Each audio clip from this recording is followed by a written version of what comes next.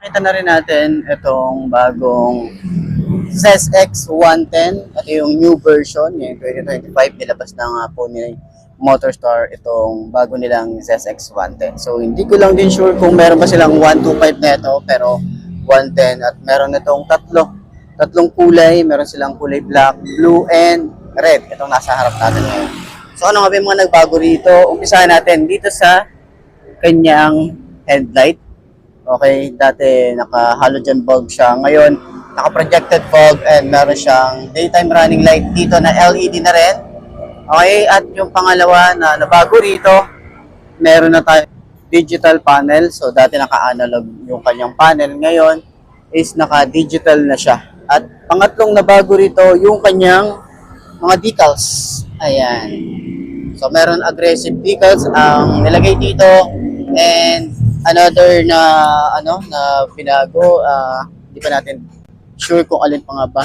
So, ikutan natin yan mamaya para at least comment nyo naman sa baba or sa comment section ano ba yung mapapansin nyo na mga binago dito sa motorcycle na to. Pero yun na nga, bukod sa headlight niya na mas aggressive tingnan, meron tayong panel gauge na digital and then aggressive and talagang yung design ng kanyang decals is napakaganda ng ginawa nila rito. So, ayan, very aggressive yung looks niya. So, sa kanyang mugs is naka, ano pa rin tayo rito, naka tube type pa rin naman tayo rito. Pero pwede nyo i-tubeless yan kasi nga naka mugs tayo rito. At meron tayo malaking disc brake dito sa harap. Okay, so dito naman din sa likod, meron din tayong mugs. Naka drum brake tayo rito, dual shock yung kanyang suspension. And then, ito ay naka 4-speed yung kanyang gears. Okay, so upuan natin para sa 5 na kagaya ko.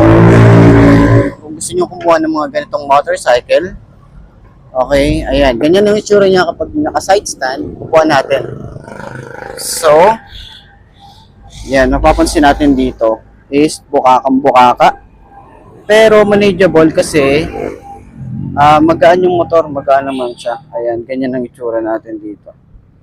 So, naka-upright position tayo rito. Meron din tayo space dito. Pwede kayo maglagay dito ng bracket. Yung iba may nabibili sa Shopee or sa aftermarket. Meron tayo dito na bracket, no? Para dito.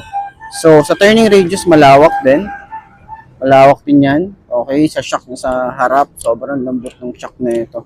Sa likod, ayan, medyo matigas ng konti. Ayan, so pwede nyo naman din palitan yung shock kung gusto nyo ng mas malambot. Okay, marami din naman mabibili sa aftermarket niyan. Okay, so mas magagandang suspension.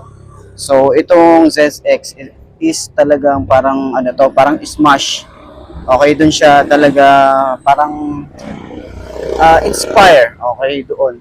So maganda rito yung cockpit niya rito. 'Di ba? Yung design niya rito, parang mas gumanda lalo. Nag-iba yung texture dito sa side ng kanyang panel gauge. So, ayan. Sa ating OBR, yung upuan, makapal yung kanyang foam, pati yung upuan sa atin. Yan, ito yung magaganda sa long ride. Okay, ayan. Ganito naman ang itsura natin kapag nagra-rides. Very comfortable. Oh, comfortable lang, no? Yung rides natin dito. Okay. So, OBR, dito yung kapitan, itong grab bar. So, yun ang upuan natin. Itong motorcycle na to. So, sa tingin ko, opinion ko lang, mas malaki siya at mas malapad siya sa Passion. So, side stand muna natin. Upuan pa rin natin to. Kasi last time, nakaupo na tayo nito. Yung kulay cyan color and kulay black. Ngayon naman itong kulay anong po ito? Parang dirty white yung datingan niya. Hindi ako sure eh. So, ayan. 5 to ang aking height. Ayan. So, mas malapad to sa Vespa or kasing lapad niya yung Vespa. And then, mas malapad din to sa Passion. So, yun yung napansin natin dito. Ayan. So, malapad din yung ating gulay board, yung upuan. Hindi naman siya ganun kalambutan. Saktuhan lang. Para sa long ride, okay na okay to. Goods na goods to. And then, ang nagustuhan din natin dito, yung handling niya, naka-upright position. Tapos, naka-single shock nga pala to, or mono shock, okay? So, last time kasi parang hindi natin nasabi. Pero ngayon, ayan. Tapos, meron din siyang tire hugger dun sa ilalim at napakalinis lang niya. So, ayan, turning radius, malawak. Ayan, sobrang lawak niya. And then, yung kanyang shock dito, ayan, ganyan siya. Hindi siya yung sobrang play, hindi siya yung sobrang lambot, no? Pero yan yung ano niya, yan yung kanyang bounce, yung shock niya. Sa likod, okay naman, naka-monoshock kasi to. So hindi naman to masyadong matagtag kasi nga naka-monoshock siya. So ayan, sa lahat ng mga gustong kumuha ng ganitong motorcycle, pwede niyong kontakin si Motorstar Malolos branch para sa pag-inquire na to or gusto niyo mag-avail ng ganito, ay pwede niyo rin akong kontakin para at least ma-assist ko kayo sa aking YouTube channel and sa aking Facebook page. Okay? So, ayan. Sa tingin. So, yun na nga ngayon 2025. Meron tayong bagong update dito para sa Motorstar Easy Ride 150cl na FI. So, meron tayong combination ng white and black. Ayan. So, bago rin yung ating decals compared dun sa mga naunang version. Ito, may decals din tayo rito na bago. Dito rin sa front, meron tayong bagong decals. So, ayan. Ang ganda nung colorway niya ngayon. And comment nyo naman sa baba kung ano pa yung mga mapapansin nyo na hindi ko mapapansin na mga nagbago rito. So, upuan natin. 5'2" ang ating height. Okay? So, side stand muna natin. Madali siyang i-side stand at i-center stand eh. Ayan. So, goods naman siya sa mga parking lot na pwede nating pag-parkingan.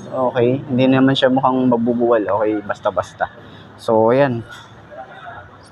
Sa ating 5'2", uy, magaan yung motor. Tapos, yung foam, medyo nasa gitna siya. Hindi siya yung sobrang lambot. Hindi rin siya yung sobrang tigas. Okay. Nasa gitna siya. Tapos, meron tayo rito gulay board. Kahit pa paano, meron tayong mapaglalagyan ng mga pinamili natin. Meron din tayo rito utility hook. And, wala nga lang tayong side stand kill switch. Pero, ang luwag din para sa OBR. At, yun na nga, available na rin yung ating bracket. Top box na lang yung kulang natin.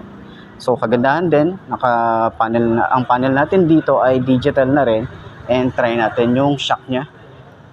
Uy, maganda rin yung shock na ito. Ayan. Okay, sa likod, lambot din. Oh. Turning radius niya, malawak din. Okay, ayan, malawak din. Tapos kagandahan nga rin pala rito, meron din siyang USB charging port dito. Ayan. So, sa legroom natin, may space pa tayo rito. Ayan, dito naman yung ating battery sa ating gulay board, okay? So, yan, yun yung itsura natin dito. And yung mga updates, yun, meron tayong bagong muka, no, or bagong decals para dito sa may Easy Ride 150cl. Okay? So yun nga mga best, no, ito na ba ang motor na babagi sa'yo? Kung ito na nga ay markahan mo na yan at mag-subscribe ka na sa aking YouTube channel, i-click mo na rin yung notification bell para updated ka sa lahat ng videos na upload natin. Dito araw-araw sila lagi tatandaan, wala sa brand ng motor ang tatagalan. Kundi na sa pag-aalaga mo yan, tatagal yan, ay flash yan. So kita na lang ulit tayo bukas. I'm Mark D. Ciao. Maraming salamat sa inyo. Babush. Haha.